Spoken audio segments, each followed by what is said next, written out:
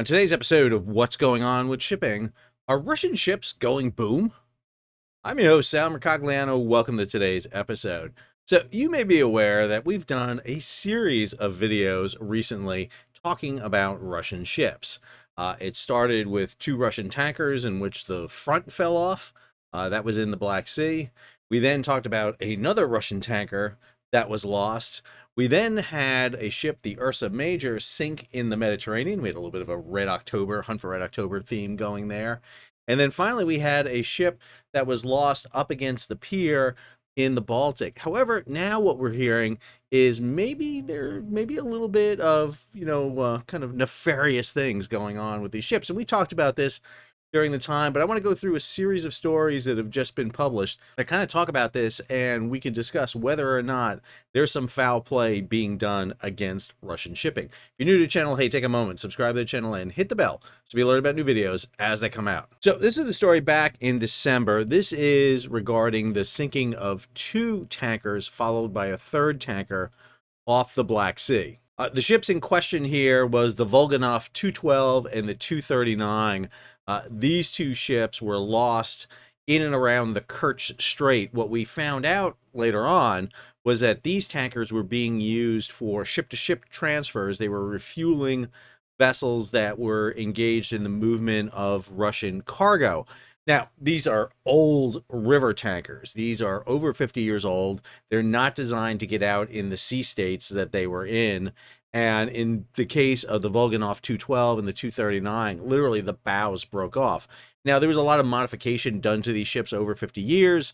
They were stretched out, and we believe the ships just suffered kind of catastrophic losses. There was another vessel, the Volganov 109, that similarly had a problem, and it began to leak and sink. And you can see the graphic image here of the ship literally in heavy seas and the bow breaking off. Now, I said at the very time that this was, to me, just poor maintenance. It was putting vessels into a environment they're not designed to be in. Ships extremely old. They will get hull stress. And in this case, what we saw was two and then eventually a third ship go down. The next vessel was the Ursa Major. Now, this ship was sometimes confused with the fleet of vessels that was heading to Syria to offload equipment there.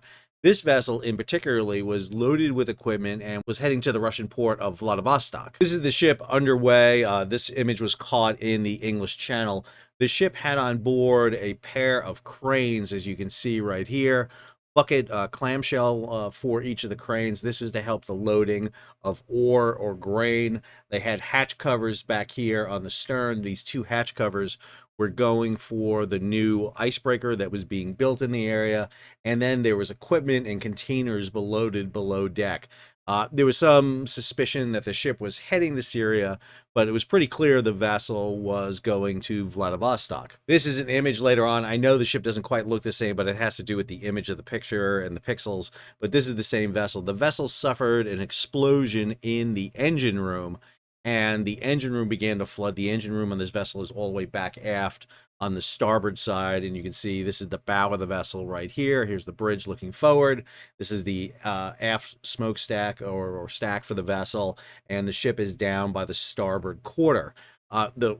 Later on, the Russians reported explosions on board. Initially, it was believed to be explosions in the engine room. The Russians later said that there were explosions outside the hull. Now, I said at the time that, listen, an explosion inside a Russian engine room is not unlikely. This is something that could potentially happen, especially because two crew members were lost with the vessel. However, the Russians did claim sabotage.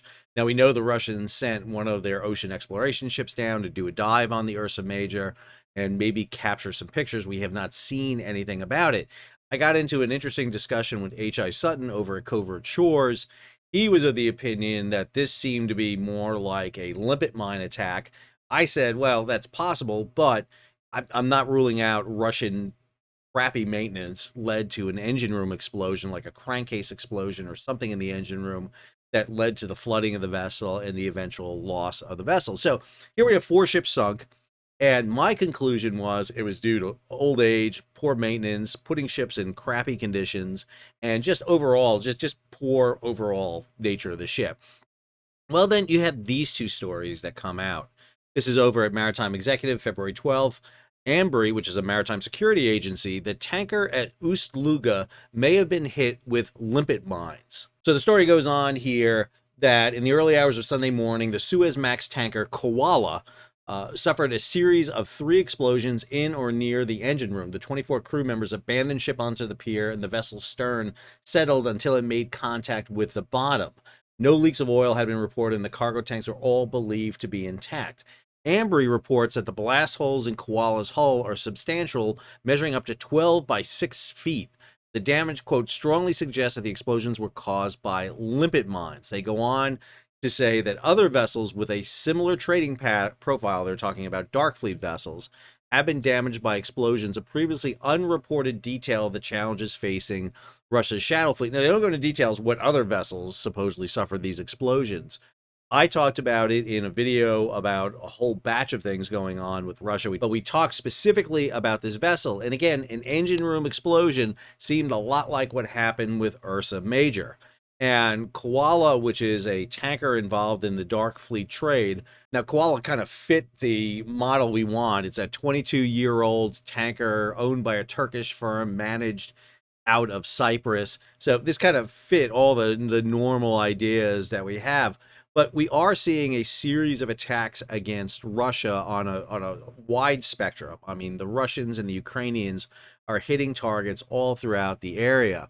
And the article talks about this with the use of Ukrainian drones and Russian drones. I mean, the Ukrainians are striking refineries. The Russians just struck Chernobyl.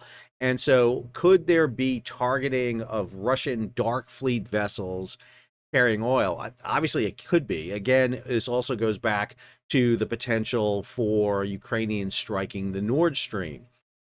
Then we have the most recent story. That's this one from February 18th, again over at Maritime Executive.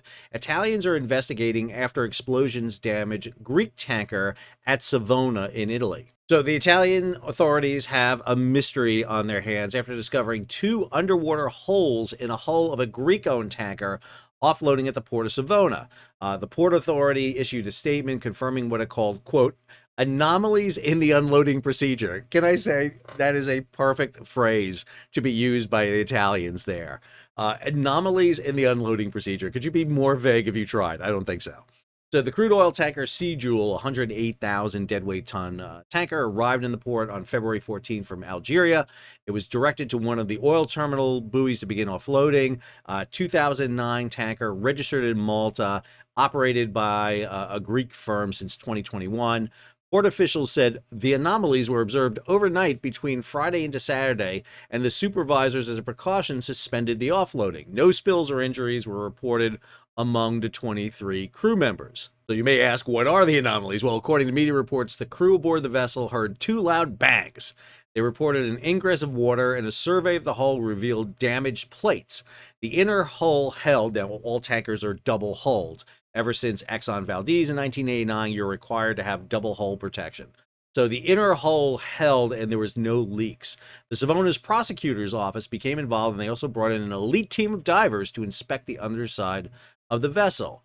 They confirmed 3 things. First, there's a hole about 1 meter in length in the hull. The hull plates are bent inwards, indicating an external force, and they found dead fish in the area near the damage to the hull. Now, I've been in the port of Savona. There's dead fish everywhere there. So I'm not exactly sure that's a confirmation that it was an explosion. They also brought in an anti-terrorism unit to take a look. So media reports quickly traded the tanker's past activities with the Russian tanker tracker online site, showing the vessel had made frequent stops at Novorossiysk and traveled to Turkey. Ukraine's news agency was quick to report the vessel had transported Russian oil on at least 3 occasions in early 2024. It is the second incident in just a matter of days following on the Koala. This is the Cyprus-owned tanker that we talked about, or Ust-Luga. Was this an attack? Was the attack on the Sea Jewel and the Koala attacks by Ukrainians against Russian shipping? We just don't know. It's not clear. There are indications on Sea Jewel. Was this caused by a collision early on that they didn't report? Inward bending metal, the size of the hole could have been caused by a hull penetration hitting something or something hitting the vessel. They've got to go back through it. If, however, this is part of an attack on shipping, Now, we saw Limpet mine attacks back in 2019 by the Iranians against Israeli vessels. We then had the Houthi attacks against Israeli and everybody else's vessels. If the Russians are beginning to attack, excuse me, if the Ukrainians are beginning to attack Russian vessels, this has the potential to blow back on the Ukrainians, because then Russians will start targeting vessels going in and out of Ukraine. Remember, Ukraine requires shipping to move its massive amounts of grain out. And if we start seeing targeting of commercial ships through these kind of gray zone tactics, which we have been seeing happen everywhere else, that's going to begin to change the dimension of what's happening on the oceans. Add into this the anchor drags we've seen in the Baltic, 4 different events, at least in the Baltic, with one ship, the Eagle S, still being held by the Finns in terms of questioning about what happened in the Baltic. This is really starting to raise levels. I'm not ready to sit there and say that this was terrorist attacks and that there were limpet mines used. Again, you have to understand what's going on with shipping these days and the quality of seafarers out there, and the operation of the dark fleet. I can firmly believe that there are accidents happening on board ships in this dark fleet, that they're using older vessels in this way. So we have to be very careful about jumping to the conclusions. However, I will not rule it out. I think we need to be much more critical in the examinations of vessels that are being attacked. Too many people jump to 100% conclusion. I will never do that unless there is firm evidence for it. I still believe that there are quite literally accidents happening here because of poor seamanship and poor maintenance. But we do need to raise the question. I hope you enjoyed today's episode. If you did, hey, take a moment, subscribe to the channel, and hit the bell to be alerted about new videos as they come out. Leave a comment, share it across social media, and if you can, support the page. How do you do that? You hit the super thanks button down below. Head on over to Patreon, become a monthly, yearly subscriber, give it a big thumbs up, and of course, tune in for our next video. Until our next episode, this is Sal, signing off.